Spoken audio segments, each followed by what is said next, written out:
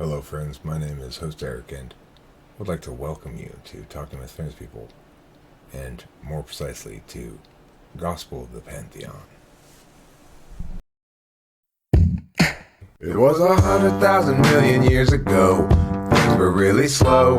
Nobody else yet to show. Place the slabs below and plant them so the plan can start to go.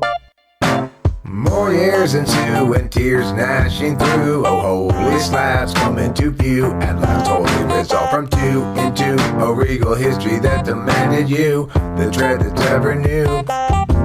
It was 100,000 million years ago.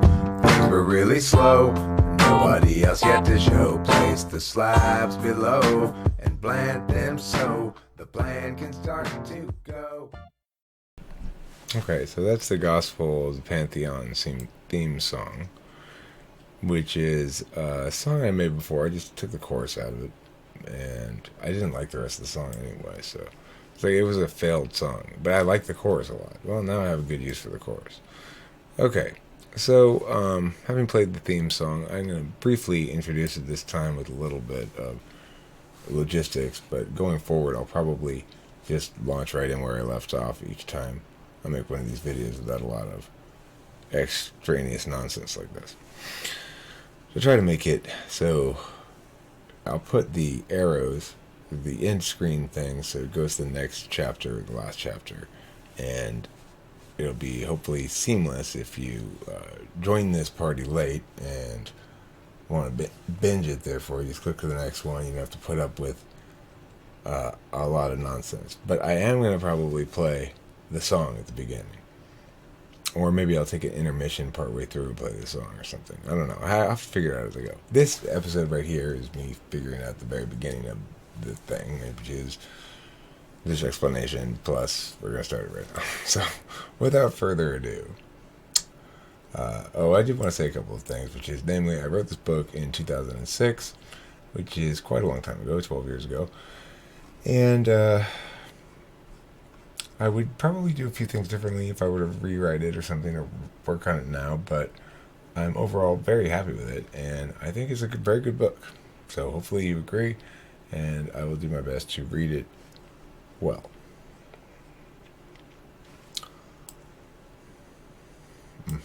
Here we go. Chapter 1. The Death of the God of Time. Verse 1.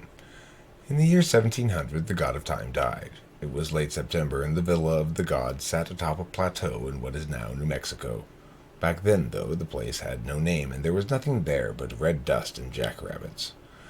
This particular plateau was very large and flat, and still the villa filled up the whole of it. The villa of the gods, you see, is not just the Mediterranean-style house, but also the grounds, acres of meadows, brush and woodlands, spring-fed pools and streams. It's quite an impressive place. And the whole of this estate moves from place to place around the world. It will just be somewhere one day and not there the next. Sometimes the villa will stay in one place for weeks. Other times it will be gone after a few minutes. No mortal has ever actually seen it move, but move it surely does, for it's always in different places. And it must have been quite a sight that day, a several-acre circle of green and blue perched high above the red and yellow desert. There were 28 mortals in the villa, and all 7 of the High Lords of the Pantheon were there too. The goddess Baby Lady Bae was inside. She sat with a group in a spacious sitting room near the front of the west side of the building. As usual, she had this side of the house to herself.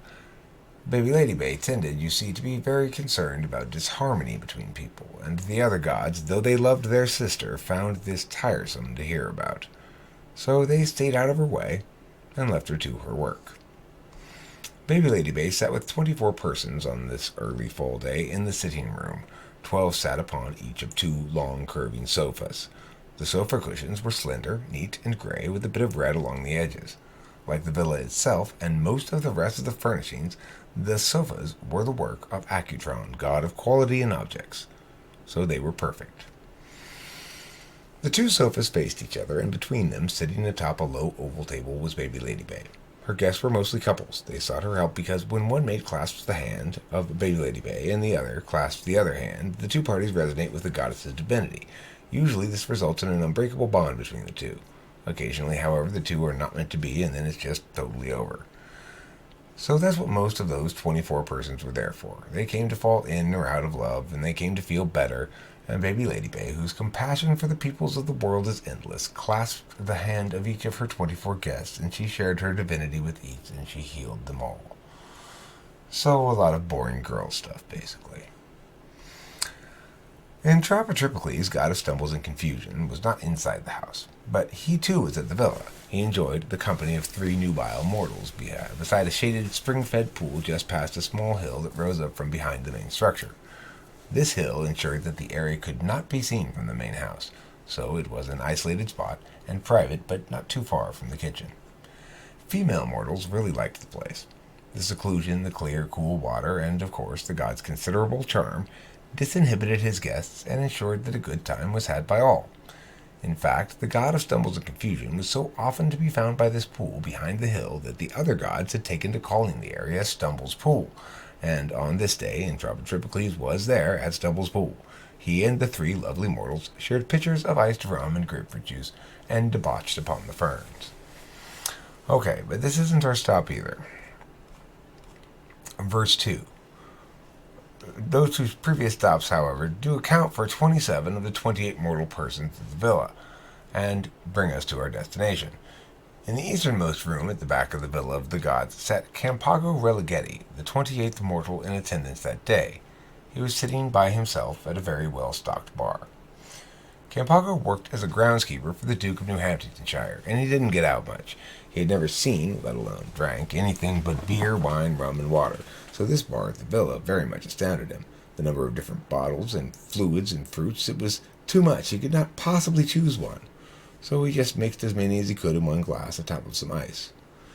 But then he felt a bit of chooser's remorse anyway, and he decided to make a second drink using some of the intriguing-looking bottles that hadn't made it into the first. Then he made a third. And then he started getting nervous and decided he better stop playing around. So he lined the beverages up in front of him on the bar now and peered carefully at each. Campaggo rarely had occasion to drink from a cup made of glass, and he appreciated the opportunity to look inside of his beverages. "It appears you've anticipated our arrival, sir," said Precreator. This so thoroughly startled Religetti that had he been holding a drink in his hand, he surely would have flung all of its contents upon the god. Fortunately, he had been too busy watching his drinks to drink them. Precreator grabbed one of the mixtures and sat beside the mortal.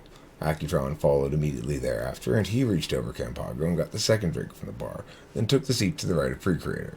He leaned forward a bit so he could see past Precreator, and then Accutron stared at Religetti for a full 3 seconds. "Who are you?" he finally asked the mortal. Accutron's voice was large and deep, and it had a tendency to make mortals snap too, but Campaggo was reeling a bit still from the abrupt arrival of the god, so it took him a couple of seconds to process the question. I'm Campaggo Religetti. Who are you?" "Accutron. Pleased to meet you, Campaggo." Accutron offered his hand across the bar. Religetti shook it and thought it was surely the largest and heaviest hand he had ever shaken. "And I'm Precreator, Campaggo," said the first god. "Welcome to the villa." Religetti wasn't quite sure how to respond to this, so he said nothing. It did not appear that he was in any sort of trouble, but best not to take any chances. "So, may I ask, which of us are you here to see?" asked Precreator mildly. At this point, Campaggo reached for the one drink still sitting in front of him to give himself time to consider the question. He took a healthy slug from it, and the beverage commanded his immediate attention. He wasn't sure he liked it, but it certainly was strong. Religetti was still blinking the tears from his eyes when Precreator tired of waiting for an answer. "So, are you here to see me, or to see Accutron?" I'm sorry, I'm not here to see either of you." Precreator looked at Accutron, who shrugged a bit and picked up his drink. Precreator turned back to Campaggo. "That's very unlikely, What of the 3 drinks? You were clearly waiting for somebody." It was then that Accutron began to pound the bar angrily. When at last the god had all of the liquid in his mouth swallowed, he bellowed at Campaggo, "In the name of all the lords of the Pantheon, man, what in the world is this nightmare concoction?" "Well, Campaggo started to answer, but was cut off by Precreator, who apparently took no notice of Accutron's antics. "Campaggo, what of the 3 drinks?" You were waiting for somebody, yes? Well, Campaggo started to answer, but was cut off by Accutron. I mean, seriously, are you trying to kill us? Well, This one time no one interrupted, but Campaggo had forgotten what he wanted to say. Let's get this drinks issue resolved now, shall we? Suggested Precreator. You had 3 drinks, and you are but one person.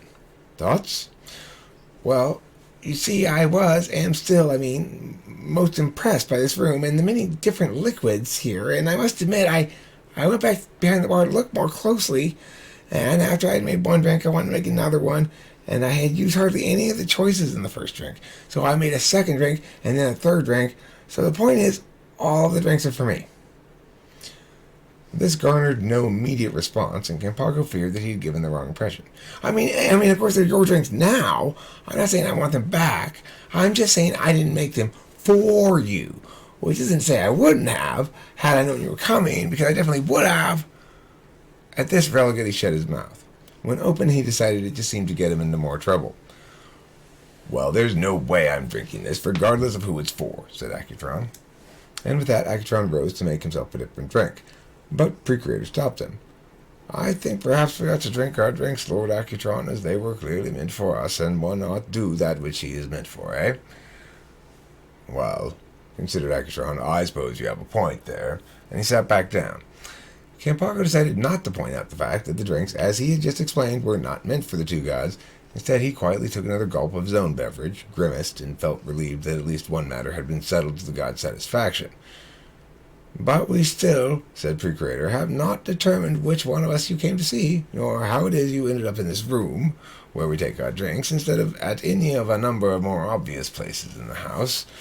You must have passed 4 bars on your way in here. There are 2 in the foyer alone. You found your way here, ignoring much lower-hanging fruit, is further proof that you came here to see one of us. Well, Precreator, sir, you see, I came back here because I was hoping to avoid running into any of you gods, and this place seemed rather tucked away in the back corner, so... Avoid running into the gods? Demanded Accutron. In the villa of the gods. Well, why in the world did you come here, then? This flustered Campaggo terribly, and he tripped all over himself trying to answer High Lord Accutron's question. Well, they say, sir, they say that the villa, if you see it, you should go in there, because if you get it, you can drink and feast all you want and pay nothing, and there are many beautiful things to see and other pleasures, like a great pool made of solid gold and filled with wine, and there are buxom mermaids swimming in the wine, and you can go swimming with them, and... Nonsense, declared Accutron. No, I swear that's what they say. And, well, they should say such things, Campaggo, interrupted Precreator, because except for the stuff about the golden pool, mermaids, swimming in wine, it's all true. For as long as you are here, eat and drink all you like, make yourself at home. There's a kitchen behind the wall, behind the bar. The panel there in the middle swivels. All you need to do is go give it a little push and get into the kitchen. Precreator paused a moment and tapped a little rhythm out on the bar as though it might give him some answers. He finished, paused, considered, and spoke again. Regardless, Accutron is right. It is absolutely nonsense that the reason you came here was to eat and drink. Nevertheless, I think we can conclude that you do indeed believe that to be the reason you entered, and that you therefore are unlikely to provide any useful information about the subject. The 2 gods then fell into a moody silence and sipped their drinks. Every drop appeared to pain Accutron, but Precreator consumed his impassively. After a minute or 2 of this, Campaggo mustered enough courage to ask a question. They say that wherever you enter the villa, even if it moves after you go inside of it, is where you'll find yourself when you leave. Is that true? I probably haven't gone anywhere, because I came in like an hour ago, but... Where did you enter? Asked Accutron. New Hamptonshire, the northern part of the Duke's estate. I work there. I'm a groundskeeper for the Duke. The 2 gods exchanged a look. Accutron said, I hadn't realized we'd stopped there.